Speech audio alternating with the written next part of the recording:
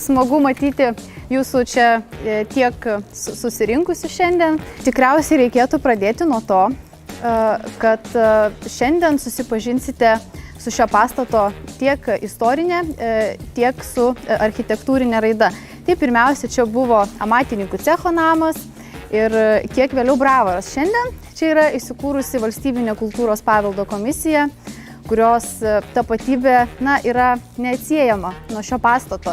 Ir dažnai tenka stebėti ir užduoti klausimą, o kaipgi paveldo įstaigai sekasi tvarkyti paveldosauginę vertę turinti pastatą. Tai apie tai papasakosiu jums aš, po to prisijungs mano kolegos, taip pat turime garbingų svečių, kurie laukia viduje, irgi papasakos eigą.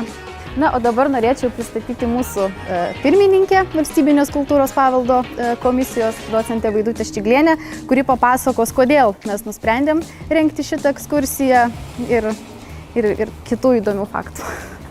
Tai prašau. Visi, mėlyjeji, būkit pasveikinti šiandien. Tai žodžiu, kodėl užvertos ir atvertos ir atveriamos langinės. Tai pirmas dalykas yra labai simboliška.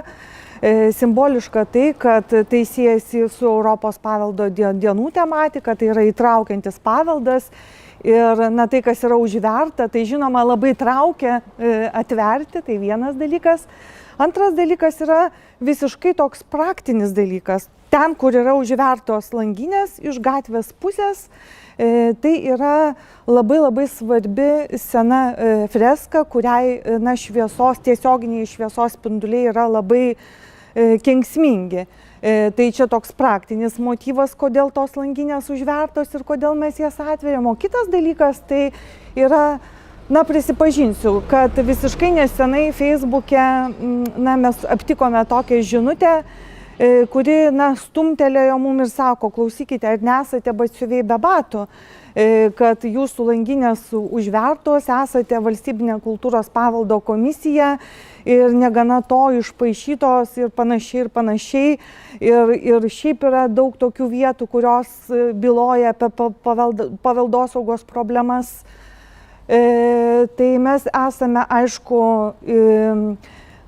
priimame kritiką ir esame tikrai savikritiški, tai nusprendėme apie tai kalbėti ir kaip įmanoma daugiau kalbėti, nes tikrai mes visą tai žinome, bet tas kalbėjimas yra labai svarbus. Dabar šiandien mūsų dienos susitikimo ir ekskursijos tokia sistema yra grįžtamojo ryšio sistema, tai yra praeitis, dabartis ir ateitis.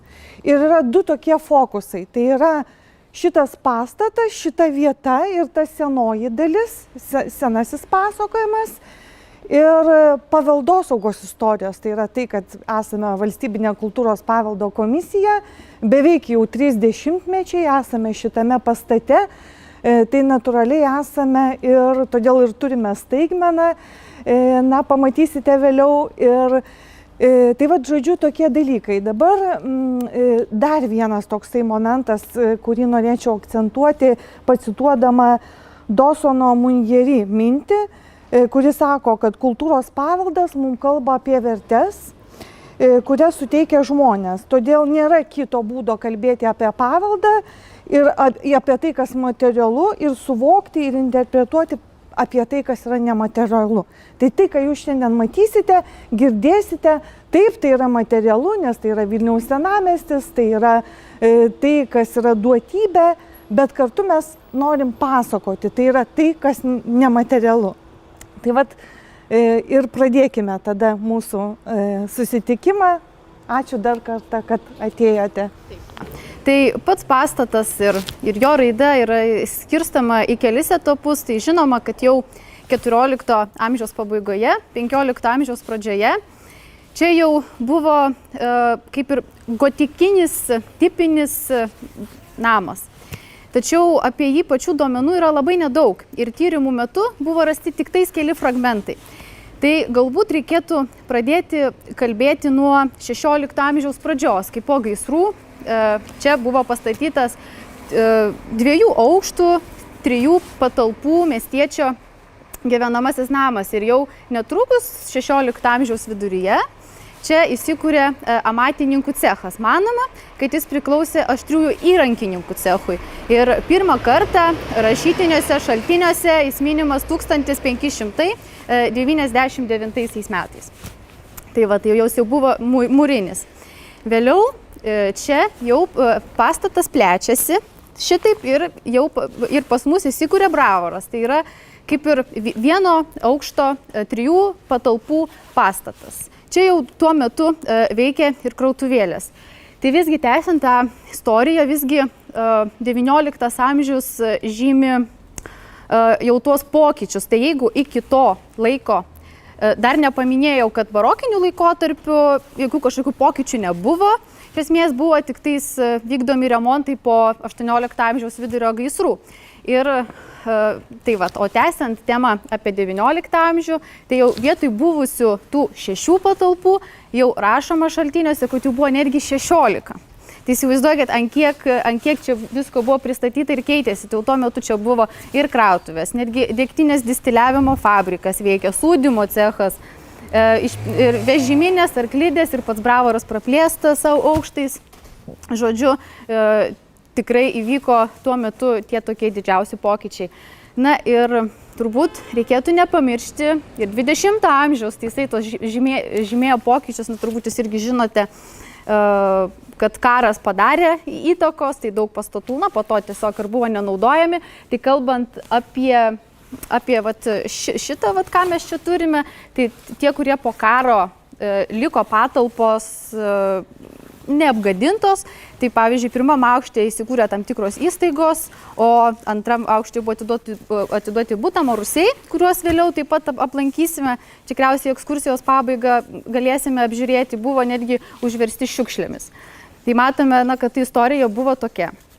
Ir be abejo, ties pastatas po kiek laiko buvo restauruotas.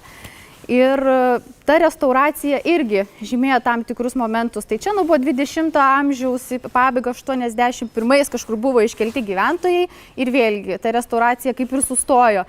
Tai ir ta vertinga salė, kurią turime, irgi kentėjo nuo drėgmės, nuo šalčio, ten, žodžiu, buvo tos tokios nelabai tinkamos sąlygos. Tačiau,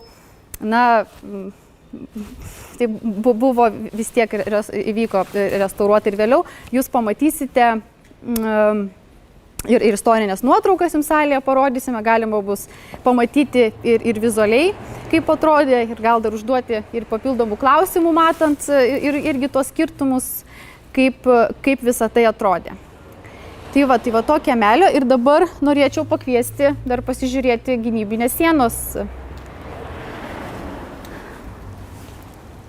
mentus. Tai va čia irgi šita dalis, matote, čia yra naujai.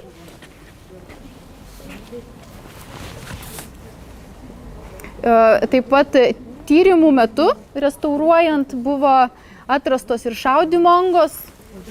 Ten dabar čia gal blogai matosi per tuos lapus. Tai galima ir va čia dar taip pat užeiti, jeigu taip sakant, tai čia šitą kiemelį ir pačią sieną tai labai myli tiek užsieniečiai, tiek įvairiom tam fotosesijom. Tai tokia ganėtinai patraukli. Na ir šiaip, jeigu kalbant apie pačią gynybinę sieną, turbūt žinote, kad jinai buvo 16 amžiaus pradžioje statyta, bet ar teko girdėti, koks, kaip pasakius, ritualinis veiksmas, ar kaip buvo nustatytos tos pačios sienos ribos, kokiu būdu, ar teko girdėti? Taip, tai 1503 metais Mikalojus Radvilas su savo svita apjojo miestą ir nužymėjo vartų, bokštų ir sienos ribas. Tai čia viduramžiais, taip sakant, tai, buvo toks kaip simbolinis ritualinis veiksmas, nes būdavo pakankamai sureikšminama tiek statybų pradžia, tiek architektūriniai ypatumai. Na ir tęsiant tą temą apie aštriųjų įrankininkų cechą, tai turbūt buvimas gynybinės sienos pašonė, atrodo, savaime suteikia tą, gaminti įrankius sienos įgulai ir ginti miestą. Tačiau vėliau jūs pamatysite, kad tas naratyvas aštriųjų įrankininkų cecho taip pat persipina. Ir tai čia galėjo būti ir kitokie amatininkai. Tai dažnai tai priklauso nuo istorinių šaltinių, kaip juos pasižiūrėsi ir perskaitysi. Tai būtų tiek. Dabar turbūt keliausime į vidų.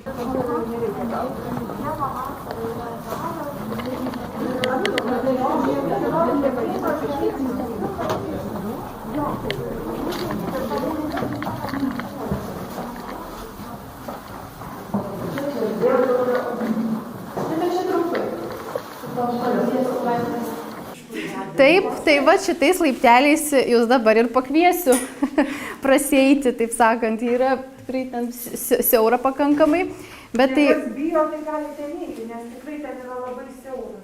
Galite pervėsim per kitą. Čia vaikam auksinis raktelis, atidarytos durys.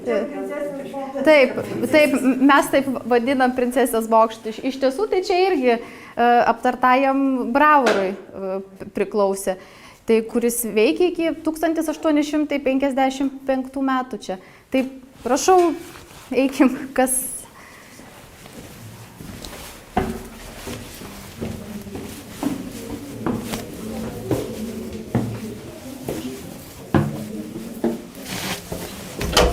Koks čia plotis žygiuoja? Oi, žinokite, gal pusę metro, gal ir mažiau. Taip, pažiūrėkite, tai čia irgi tos buvusios kaip ir Bravoro patalpos. Čia turbūt vėlesnis tas užstatymas irgi Bravorai. Na, čia mūsų kabinetai, tiesiog darbinė aplinka. Tai čia kažko labai... Tai tiek, čia turbūt mes daugiau neturim. Eikime toliau.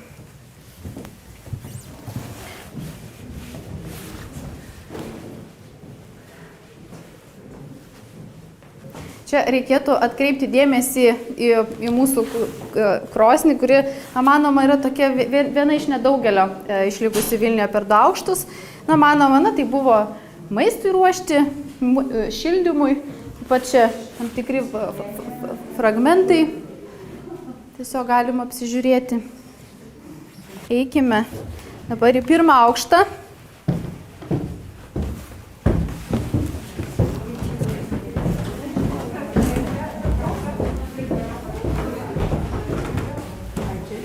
Jo, dar čia aprodysim. Taip, tai čia irgi yra priskirtina tom buvusiom Bravoro patalpom ir, na, būnant čia norėtųsi pakalbėti ir apie pačią aludarystę Lietuvoje, jos pradžią, ištakas. Tai žinoma, kad buvo nuo pačių seniausių laikų verdamas alus Lietuvoje, nuo 11 amžiaus, tačiau išpopuliarėjo jau 16. Ir net istorikas Janas Dlugošas irgi sako, kad nuo seniausių laikų, jisai kalba apie Žemaitiją, tai kad buvo verdamas mėžinis ir net naudojamas ritualiniais tikslais. Ir lietuviai net turėjo savo alaus dievą Ragutį ir jo pačią Raugaitienę. Ir kas dar yra įdomu, kad net Lietuvos didžiosios kunigaikštystės statute 1529 metų yra nemažai dėmesio skirta būtent šiai temai. Tai pavyzdžiui, jeigu kažkas, tai yra nesvarbu, ar savo žemėje, ar ne savo žemėje, sunaikina, išdrasko svetimus apynius, tai jisai turi sumokėti ne tik tais tą žalą, kas yra solidi suma, bet netgi išmokėti ir valdovui sumą. Jeigu padaro kiek mažesnę žalą, tai tada sumoka dvigubai. Tai vat, norėčiau dabar dar jūsų ir paklausti, gal jūs žinote, kas yra aludarių gildijos pirmtakas Lietuvoje, gal teko girdėti pavadinimą? Salygininkų cechas? Taip, teisingai. Tai jisai 16 amžiaus viduryje, jeigu neklystu, 1552 metais buvo ir Žygimantui Augustui patvirtinus jo steigimo dokumentus. Ir dar yra įdomus faktas tas, kad tai yra vienas seniausių cechų, už jį yra senesnis tik tai auksakalių, kalvių ir odininkų.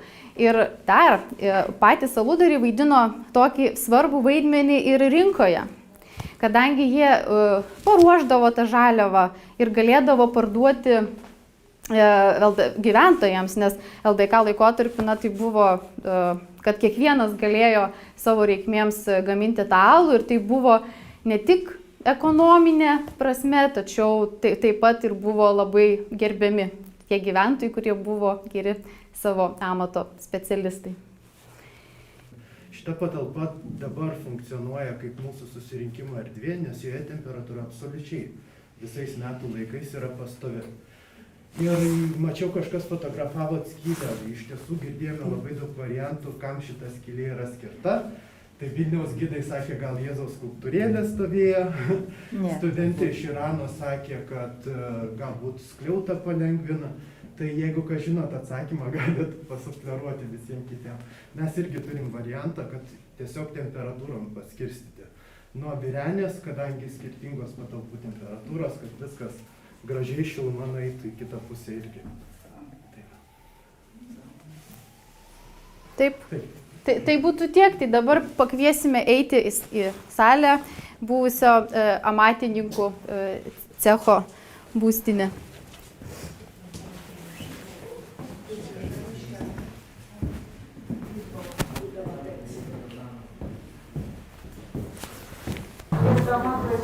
Gražina Drėmaitė, yra tas žmogus, kuri paveldo komisijos pirmininkė buvo 4 kadencijas, o paveldo komisijos narė 5 kadencijas. Gražina Drėmaitė yra restauratorė. Gražina Drėmaitė yra garsiojo tėvelis Vladas Drėma. Gražina Drėmaitė yra tas žmogus, kuris niekada nebijojo drąsiai kalbėti apie paveldo problemas, atvirai, drąsiai, kur visada buvo svarbu autentiškumo išsaugojimas paveldo ir panašiai. Žodžiu, tai yra tikrai mūsų viešnia, didžiai dėkoju, kad ji sutiko. Sugrįžo į namus iš tikrųjų. Tai va čia tie naratyvai ir tai, kas yra materialu ir nematerialu, viskas kartu, tai Gražina, prašom. Ir tai yra vieta, kur vyksta mūsų paveldo komisijos posėdžiai. Tai prašom, Gražina, taip, sėskit. Labai senai buvau, labai esu susijaudinusi, iš tikrųjų, nes drąsiai sakau, kad tai yra mano gimtieji namai, kadangi šiaip esu restauratorė ir mane 1995 metais mane įsuko į politiką ir tais laikais Seimas buvo visai kitokios sudėties. Iš tikrųjų,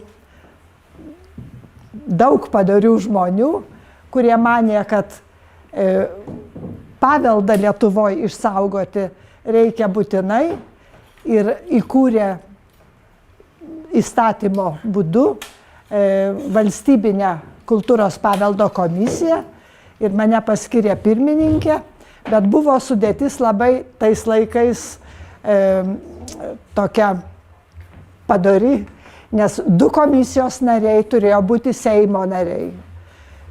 Tai aš dabar net neįsivaizduoju, atsiprašau, aš kalbėsiu aišku tą, ką galvoju, bet neįsivaizduoju, kas galėtų dabar būti iš Seimo komisijoje, kuriems rūpėtų paveldas. Pradžioje mes gyvenome, mums suteikė sąlygas Vienuolio gatvėj, kur buvo energetikos ir branduolinės energetikos ministerija. Ir ten 3. aukšte man davė kambarį, kabinetą šalia ministro kabineto. Tuo metu ministras buvo Kurys, kurio vėliau sūnus buvo Konstitucinio teismo. Ir mes su Kuriu labai gražiai bendravom, kadangi neturėjom posėdžių vietos, kur teikti, tai prašydavom leisti į jų salę. Ir taip susidraugavom, kad gyvenime gavau dovaną iš Kurio, kuris sakė, kad Drėmaitė, taip mėgsti paveldą, dovanoju tau šitą seifą.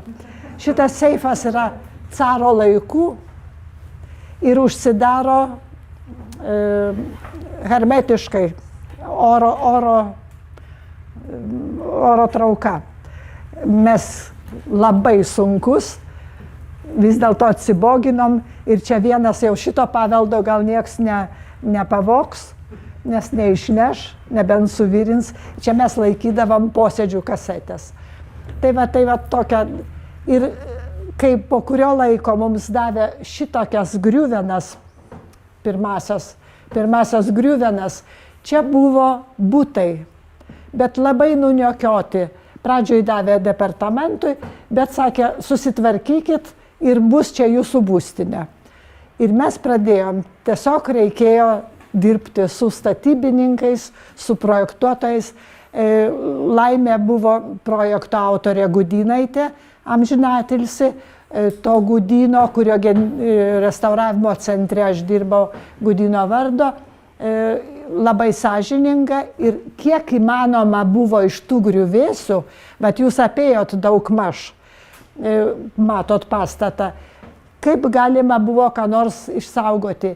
Labai buvo atliekami dideli tyrimai.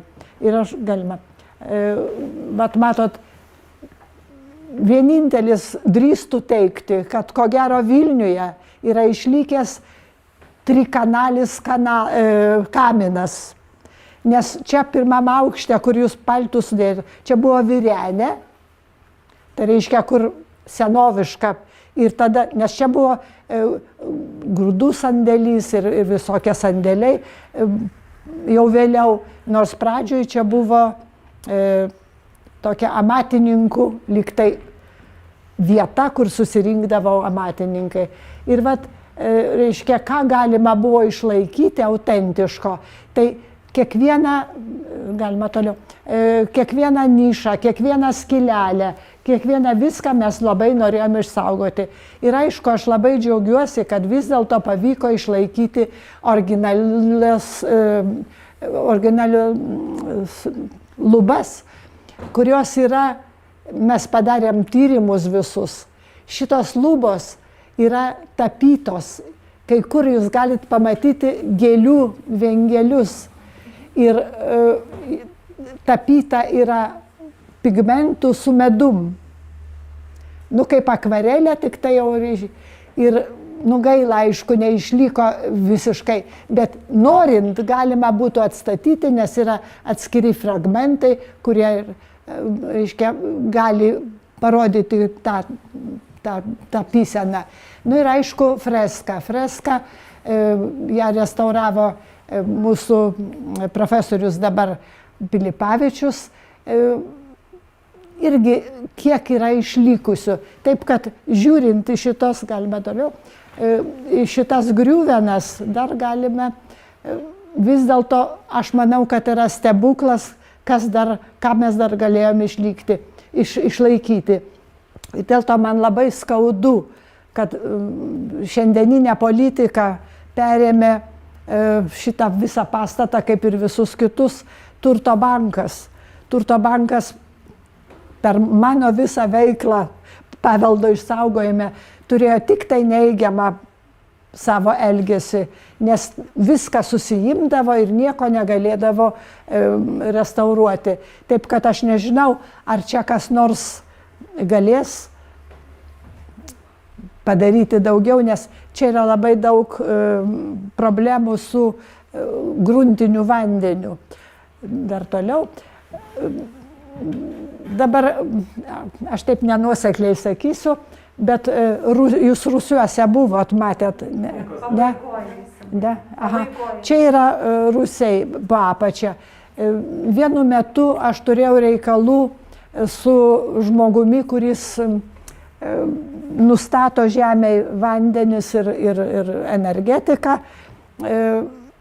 Ir pakviečiau ir kažkaip pasodinau pagal mane prie prezidento, garbėgiausia vieta ten buvo.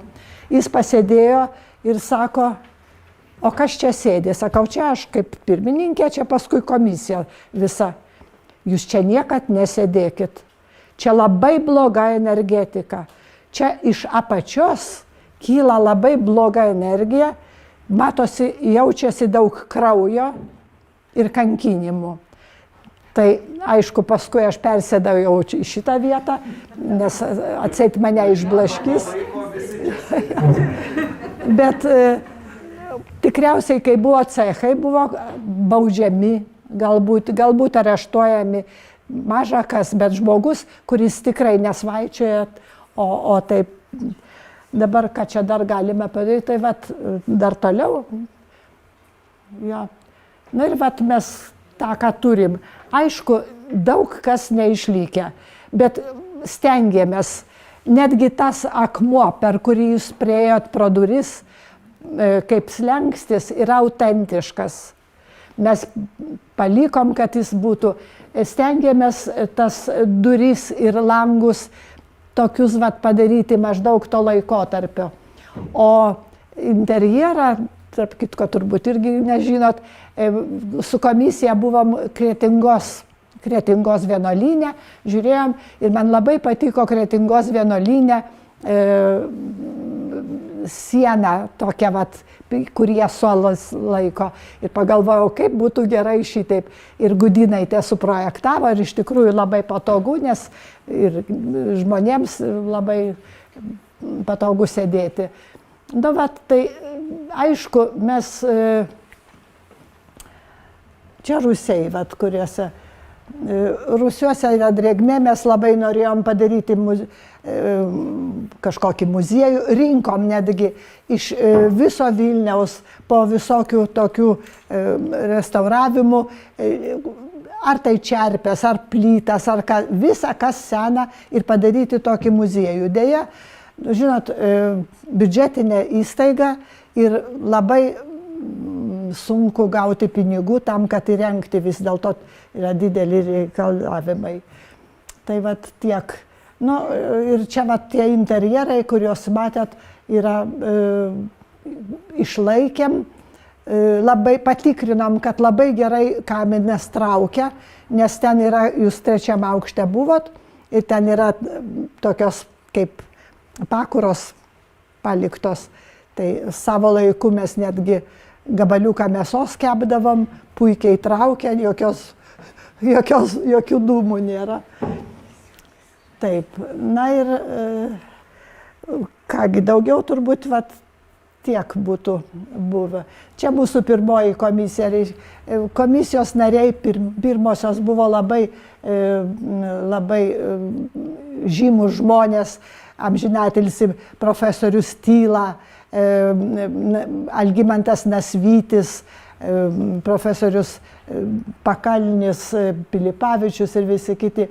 Noriu pasakyti, kad buvau turbūt labai įžūli, nesiskaičiau su niekom, nes man buvo svarbiausia paveldas.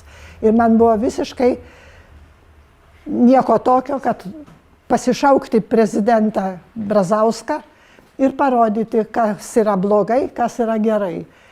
Dar vieną nuotrauką, vat, apatinę kairė nuotrauką, aš atsivedžiau Brazauską į Bernardinų bažnyčią, kur ten restauravo.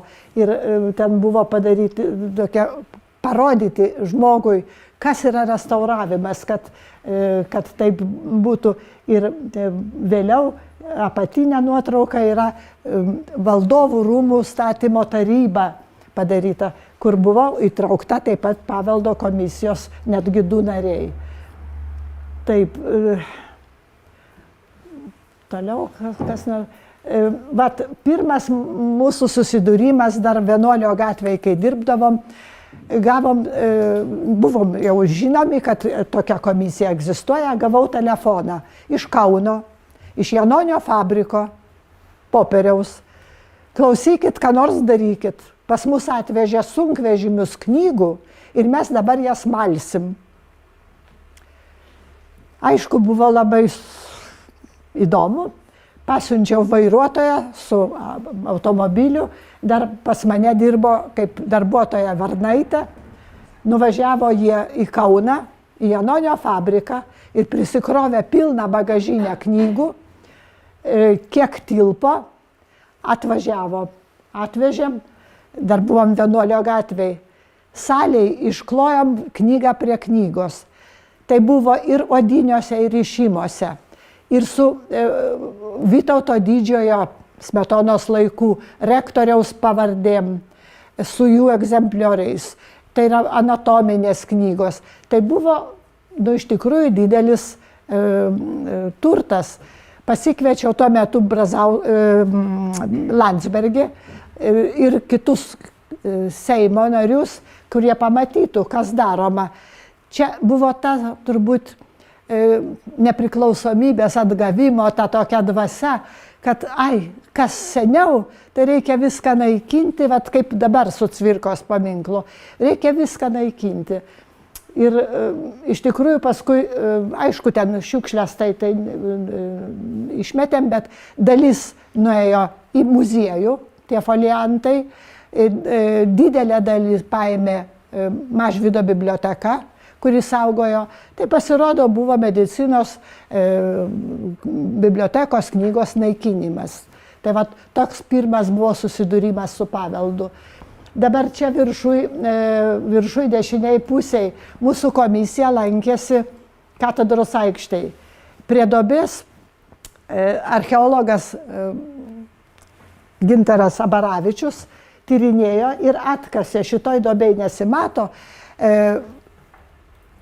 sargo namelis, kuris saugojo valdovų rūmų teritoriją. Sargo namelis buvo išlikęs netgi pirmas aukštas ir rūsiai. O rinko vietą, kur pastatys Gedimino paminklą. Ir aišku, politika buvo tokia, kad šitą visą sargo namelį vietoje atstatyti, užpylė cementu ir pastatė ant jo Gedimino paminklą. Tai profesorius tyla stovėdamas ir sako, na va, čia jo žodžiai, statome paminklą ant paminklo.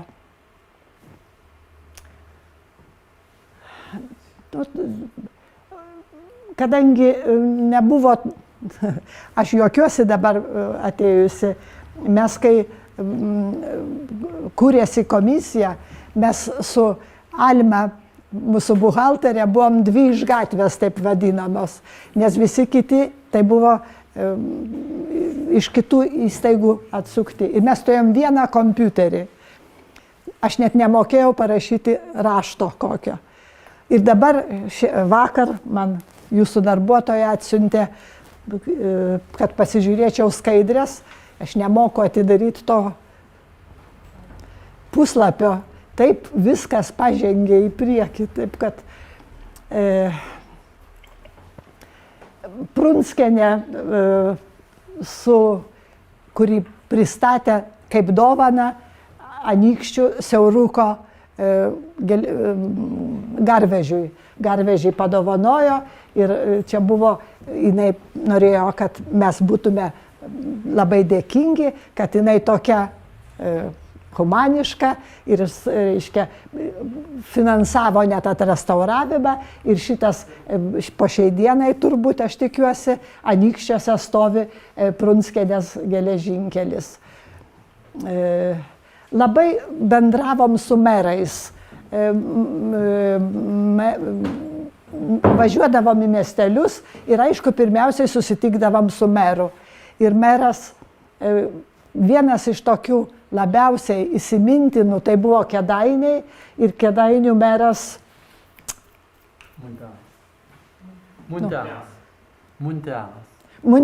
Muntianas. Tai buvo nepaprastai kultūringas žmogus, kuris apvedžiojo visus Kėdainius, parodė visus paminklus, visas kultūros vertybės, kiek ten ir tų sarkofagų ir visa kita. Ir iš tikrųjų Seime labai visuomet mus rėmė. Tai vat noriu pasakyti, kad merai nuo merų irgi labai skiriasi ir jų politika yra didelė. O grįžtant, pavyzdžiui, kalbant apie Vilniaus merus, tai paveldui pats geriausias meras tai buvo Zuokas. Nes iš tikrųjų aš visuomet galvodavau, daryk tau, kas tau naudinga, bet paveldas turi būti išsaugotas. Ir iš tikrųjų mes labai daug jis padarė Bernardinų kapinių atrestauravimui, kur mes padarėm sutartį su Lenkija. Čia buvom pakviesti į Baltarusiją, į Minską ir čia prie Donelaičio šitos važinėjom. Noriu pasakyti, kad komisija visur stengiasi būti Smetonos dvaro restauravimas irgi prie Ukmergės rajone. Labai norėjom, buvom susitikę su abiem Landsbergiais, su broliu Landsbergiu, kuris buvo mus parėmęs, kad tai būtų užsienio lietuvių jaunimo centras. Ir kada paskui labai ilgai nežinojo, ką daryti su tais rūmais, nes buvo atiduota Kauno ligoniniai, tai dabar atrodo lyg kaip muziejus ar kaip. Nu ir ką čia tokio daugiau. Toliau.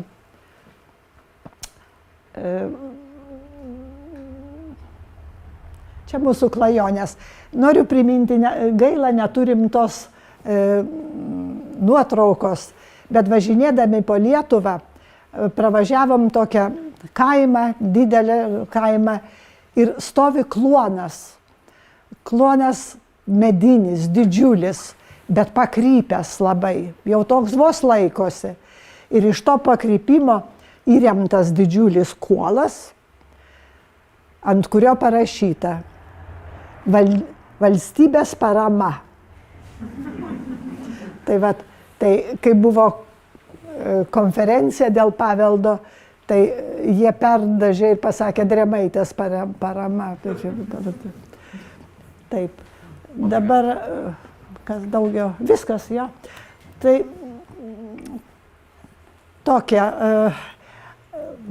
toks mūsų buvo darbas. Buvom tikrai matomi ir labai daug skambučių. Labai džiaugiausi, kad ilgainiui pradėjo rastis bendruomenės. Tiesiog gyventojai patys suvokė, kad reikia saugoti savo paveldą. Turiu išskirti labai aktyvę Žvėryno bendruomenę, Užupio bendruomenę. Dabar net Kalvarijų ten tos. Labai žmonės patys stengiasi ir viską. Ir kada Užupyje pradėjo statyti masiškai namus, ypatingai čia prie Vilnelės, o tas buvo viskas tikrai nelegalu, nes mesgi Vilniaus centrą su jo apsauginė zona įrašė į pasaulio paveldą. Mes parašėm savo tokį raštą, kad mes įsipareigojam saugoti tai, neužstatyti ir visa kita, kas neleidžia, kas yra. Ir šiandien mes esame kaip dideli melagiai, nes iš tikrųjų, jeigu atsistoji prie aušros vartų ir matydavai nuo aušros vartų tiesiai horizonte miškus, tai dabar matai savivaldybės bokštą. Jeigu atsistodavai prie Kotrynos bažnyčios, tai matydavai toli miškus. Dabar užstatyta visa Teatro gatvė aklinai.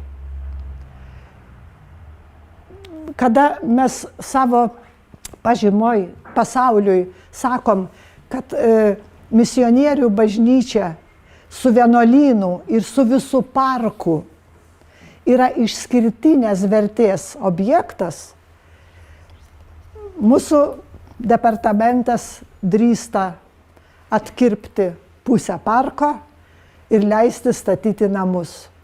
Tai kaip mes atrodom? Lygiai taip pat kaip Antakalnis Sapiegos rūmai. Sapiegos parkas buvo didžiulis ir jį dabar labai norima atstatyti. O kaip atstatysi, jeigu pats departamentas išdavė leidimą nupjauti pusę parko ir leisti statyti namus. Bet šitaip mes dėl pinigų, dėl kažkokio gobšumo mes viską naikinam. O iš tikrųjų atvažiuoja žmonės iš aš ne per daug šneku. atvažiuoja žmonės iš užsienio ir pati girdėjau ir pati vedžiodavau, reiškia, kolegas, kaip jūs šitaip išsaugot, kaip pas jūs gražu, mes jau šito nebeturim, mes jau šito, nu suprantat, bet viskas priklauso nuo valdžios be abejo.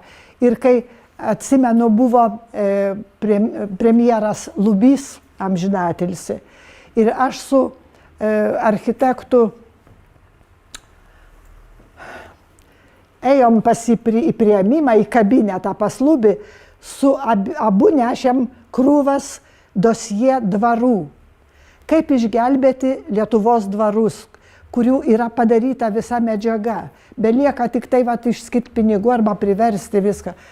Ir mus priėmė ir tikrai labai palaikė. Po savaitės mane pasikvietė, nes aš kažko neleidau prie Barbakano statyti ar restauruoti, ten tokie griuvėsiai buvo. Jis sako, Lubys sako, Drėmaitė, kodėl nenori, kad čia pastatytume privačią polikliniką ir kiekvieną rytą šaligatvį plautų su putomis vandeniu. Pagalvojau, nu gal taip iš tikrųjų ir galėtų būti, bet ar kas nors plauna, nors ir vasarą pačiam centre, ką nors tokio. Kaip meras buvo Paksas ir katedros aikštė buvo tvarkoma. Jis sakė, tikrai, kas savaitę mes čia plausim su putom, su muilu, visa katedros aikštė bus švariai tvarkinga. Deja, nė karto nemačiau. Ir dar, noriu pasakyti dar vieną, kadangi prisimenu taip. Jūs atsimenat, jeigu kas atsimenat, kaip katedros aikštė buvo tvarkoma ir buvo nudengtas visos plytelės ir atidengti rūsiai buvusios Tribunolo. Taip. Visa katedros aikštė buvo atidengta tokiais gražiais artefaktais. Vis dėlto tai buvo mūsų centras, Vilniaus centras. Ir aš prisiminiau, kad kai architektė restauravo dabartinę krašto apsaugos ministeriją, ten atidengė 11 amžiaus Vilnių. Ir jinai buvo tokia supratinga, kad jinai dalį tų atidengtų 11 amžiaus gabalų uždengė stiklų storų. Ir dabar, jeigu kas nors buvo, tai aš pati buvau net nedrąsu eiti, į salę eini per storą stiklą. Ir aš pagalvojau, kaip būtų gražu, jeigu Vilniuje visa katedros aikštė būtų uždengta storų stiklu. Ir, reiškia, visi vaikščiotų ir matytų, kokie mes turtingi, kokia mūsų istorija. Saugokim paveldą. Taip.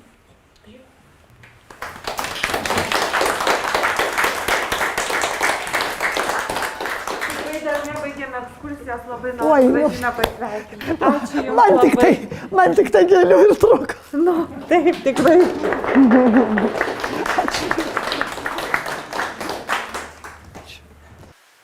Jūs šiek tiek suklaidinau irgi kalbėdamas dėl lubų, tai lubas matot be abejonės autentiškas, bet yra vienas gabaliukas, kur ryškiau tiesiog yra padarytas, įsivaizduoti piešinys kaip atrodė. Tai dabar neatsimenu, kuriems iš jūsų buvo aktualu, bet tikiuosi, kad tikrai pasižiūrėsit, kaip atrodydavo lubos tais laikais. Na ir ką mes dar turime iš siužetų? Turime nukryžiuotojį, taip pat karalių Dovydas su vyru. Ir šitoj pusėje, nežinau, turim šventąjį, tai gal, kuris nėra labai gerai išlikęs, tai gal kolegos pataisys, tiesiog žino daugiau. Ir iš tiesų turim labai gražią tradiciją, Pilipavičius restauratorius šitos freskos buvo mūsų narys, irgi labai mylimas, gerbiamas, visą laiką turėjo labai svarę nuomonę ir labai santūrę ir labai tvirtą, kas tikrai buvo fantastiškas darbas su juo ir atsisveikindami su profesorium tiesiog nusprendėm va šitą freskos gabaliuką jam išsiuvinėti ir kad jis galėtų tiesiog jį turėti visą laiką ant savo restauratoriaus palato ir tiesiog įteikti dovaną irgi tokį. Tai iš tiesų su įstaigos visa simbolika ir mitologija šita erdvė yra neatsiejama ir tikrai siūlau labai pasigrožėti, nes ne visur rasite tokių pavyzdžių. Dėkui.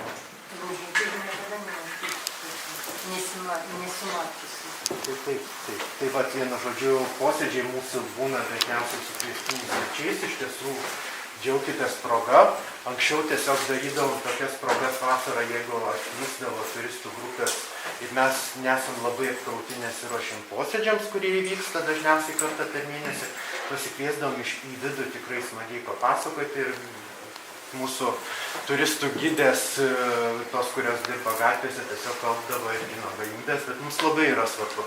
Ir iš tiesų šitoj salėje kviesdavomės ir kartais ir paveldo iniciatyvininkus, yra buvę studentų daug, išklausyti irgi apie mūsų duoną sunkia paveldosaugininkų, taip pat įvairūs Vilniaus klubai ir taip toliau. Tai tiesiog stengiamės atverti duris kiek išeina ir šiais metais nusprendėm pasinaudoti ir šią projektą. Taip, ir aš dar noriu pasakyti, kadangi čia buvo tas apie komisiją klausimas, mus labai dažnai maišo su kultūros paveldo departamentu.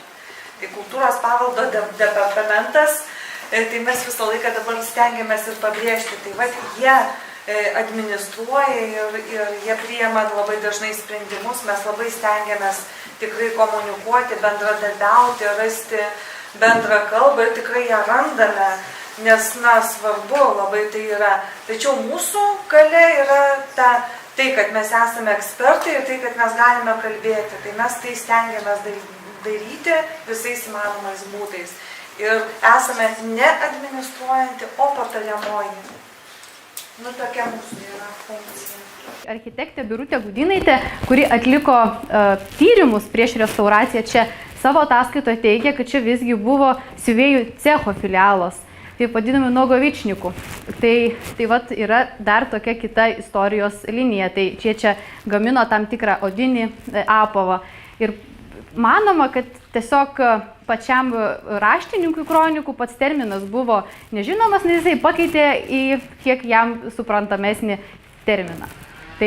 O pats jisai nėra išverstas ir nėra tyrinėta. Tačiau reikėtų pabrėžti, kad vertėjas tai nekeičia, ar tai buvo aštriai įrankininkai, ar tai siuvėjai, kurie amatininkai, bet vertė šios salės yra iš tikrųjų išskirtinė.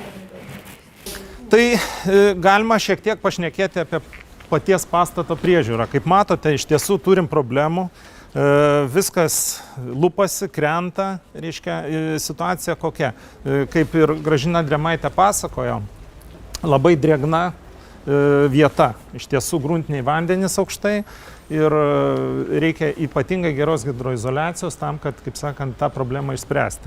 Kada buvo tvarkoma 90-93 metais, matomai, aišku, jinai buvo daryta ta hidroizoliacija, bet tuo metu, kaip žinia, ir medžiagos buvo netokios kokybiškos ir technologiniai galbūt sprendiniai netiek pažengę. Tai dabar visa ta problema, reiškia, akivaizdžiai matosi, kad kyla druskos, kyla, reiškia, drėgmė, tiek tinkas atsisluoksniuoja, tiek dažų sluoksniai lupasi. Čia, kadangi tik restauraciniais metodais galima iš esmės dirbti, yra, kaip sakant, atliekami tokiais atvejais tyrimai, atliekami, reiškia, projektiniai kažkokie darbai, derinami šitie projektai, gaunamas leidimas kultūros paveldo departamente, žodžiu, visa biurokratinė, kaip sakant, įsijungia procedūra. Tačiau didžiausia problema yra pinigai. Kaip ir Gražina Drėmaitė minėjo, esame biudžetinė įstaiga, finansavimas yra ribotas ir kiek buvo iš tiesų prašyta ankstesnių valdžių, deja pinigų negavome nei eurų. Ir šiuo metu pastatą yra perėmęs Turto bankas, pradėjom, kaip sakant, draugystę su jais dabar, susirašinėjom raštais ir ateina ir čia pasižiūrėti. Tikimės kažkokios pagalbos, kadangi esame tik nuomininkai dabar, viskas priklauso nuo jų malonės, reiškia. Tai galbūt kitais metais gal kažkiek tai šiek tiek bus tų lėšų ir galima bus pradėti tam tikrus tvarkymo darbus. Viduje, kaip matėt, patalpos yra tvarkingos, keliose vietose, tik tai aišku, ten, kur jūs nematėt, yra mūras taip pat sudriekęs ir faktiškai reikėtų daryti perimetrų hidroizoliaciją iš naujo, matyti, tam, kad, kaip sakant, išgelbėti tą visą situaciją, bet tai yra didžiulės jau lėšos. Yra dviejai rūsiai, reiškia gotikinio, renesansinio laikotarpio. Pirmajam rūsy prie gatvės jūs pamatysit patys, kad ypatingai drėgmė matosi, reiškia, ir trupa tos plytos po truputį. Tiesa, ten yra įdomus dalykas, kad kreipkite dėmesį, yra fragmentas grindinio, gotikinio grindinio, reiškia, 16 amžiaus, maždaug gal pirmos pusės, gal netgi ankstesnis yra, net ne 16, ten gal yra 14 koks. 15. Žodžiu, kadangi pastatas vystėsi, kaip kolegė pasakojo, reiškia, tam tikrais etapais vis buvo perstatomas, gaisrai naikino, kaip aš sakau, reiškia, Vilniaus miestas vystėsi gaisrų dėka, kaip bebūtų, reiškia, tragikomiška. Tačiau grindinukas yra išlikęs, jis yra šiek tiek restauruotas, yra toks, pamatysit, latakas vandens, reiškia, nuėjimo. Antrajam rūsy jau yra asla, reiškia, grindys yra šiuolaikinės atstatytos, kaip sakant, restauravimo metu. Tai siūlyčiau gal į dvi grupės pasiskirstyt ir vieną grupę į vieną rūsiuką, kitą į kitą, kad tiesiog patogiau bus apsižiūrėti jums. Ja. Ja. Ne, tai buvo. Taip. Tik tiek, kad labai augo tas, reiškia, kultūrinis sluoksnis. Aišku, buvo viskas žemiau pakankamai ir... Ja. Ne, tai grindinys, rūsio grindinys šiuo atveju. Taip, rūsio grindinys. Atsargiai lipkite laiptukais.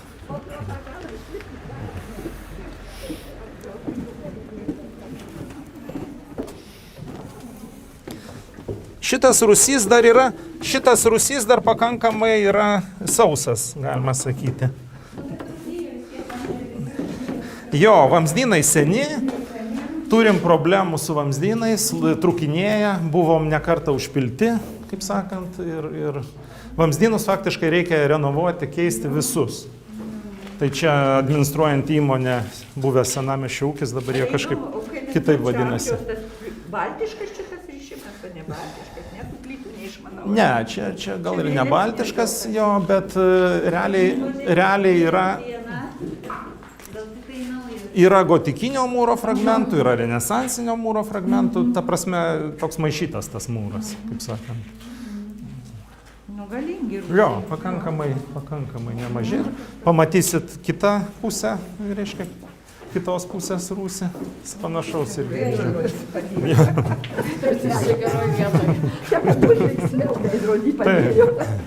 Ne, bet iš karto ir didėja, čia viskas taip sugalvota. Čia taip turi būti.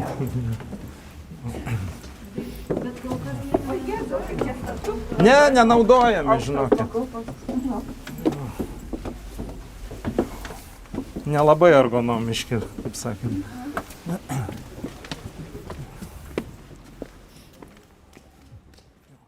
Visiškai šalia. Čia praktiškai mes ir esam. Nu va, čia matosi ta drėgmė, kuri ateina nuo gatvės ir visas mūras tiesiog perdrėkęs yra. Yra, taip, yra hidroizoliacija. Viduramžiais čia drėgmės nebūdavo. Sistema buvo taip sutvarkyta drenažo, kad visi rūsiai ir pirmi aukštai, čia, sakau, galbūt po pirmas aukštas pagal Vapinską, kitus čia aš girdėjęs ne kartą, paskui pakelta 4 metrais pakilo. Taip, kilo kultūrinis sluoksnis. Kultūrinis sluoksnis, vadinkim. Ja. Ir o rūsiuose turi išlikę daug gotikinių rūsių vilniuje, ar ne? Gotikinių ir vėlesnių, tarkim, renesansinių, marokinių, tai drenažas buvo taip sutvarkytas, kad jie visi buvo sausi. Paskui, kai jau čia pradėjau perklot, permušinėt trasas, visą inžinerinius tinklus tada jau sugadino. Kadangi rūsiuose laikė. Ir atsirado drėgmės problemos. Taip, ir maisto atsargas, ir, kaip sakant, tas pats Bravoras ir alų laikė, ir grūdus matyt laikė, ir salyklą, ir tai drėgmės negalėjo būti. Dabar nežinau, jums gal nesakė, neminėjo nežinau, čia man tai tokia, kas tai yra tie aštrieji įrankiai. Aštrieji įrankiai tai iš esmės yra ginklai. Čia gynybinė siena, čia gynybinė visa sistema. Bet tai čia mano toks pamastymas. Bet Algimantai, įla irgi yra aštrus įrankis. Aštrus įrankiai, sakau, galėjau būti dabar vėlgi dėl siuvyklos. Apie siuvyklą taip pat girdėję ir čia ką sakė Justė.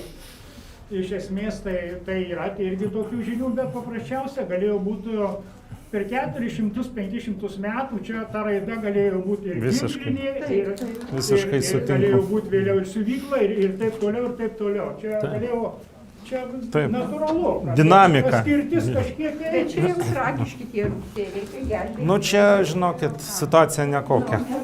Savo akimis pamatė. Bet tai liūdna. Gerai, kad yra.